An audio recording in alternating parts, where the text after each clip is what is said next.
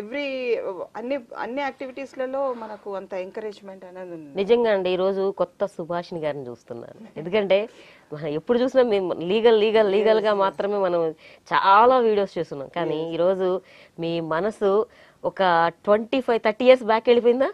Definite గా ఎందుకంటే చిన్నప్పుడు కాబట్టి నేను జపాన్ కూడా వెళ్ళేసి వచ్చిన ఇప్పుడు మళ్ళీ జపాన్ కి వెళ్ళొచ్చారు, ఒక 5 కంట్రీస్ కి వెళ్ళొచ్చారు.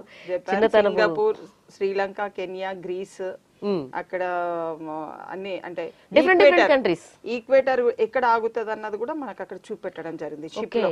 ఈక్వేటర్ ఈ పలానా దగ్గరే ఉంటదని అక్కడ ఒక 15-20 మినిట్స్ అక్కడ షిప్ ని ఆపేసిండ్రు. ఫ్లైట్, షిప్పింగ్ మొత్తం అన్ని చూసేసారు. అన్ని ఫ్రీ అంటే పేరెంట్స్ ₹1 ఖర్చు లేకుండా.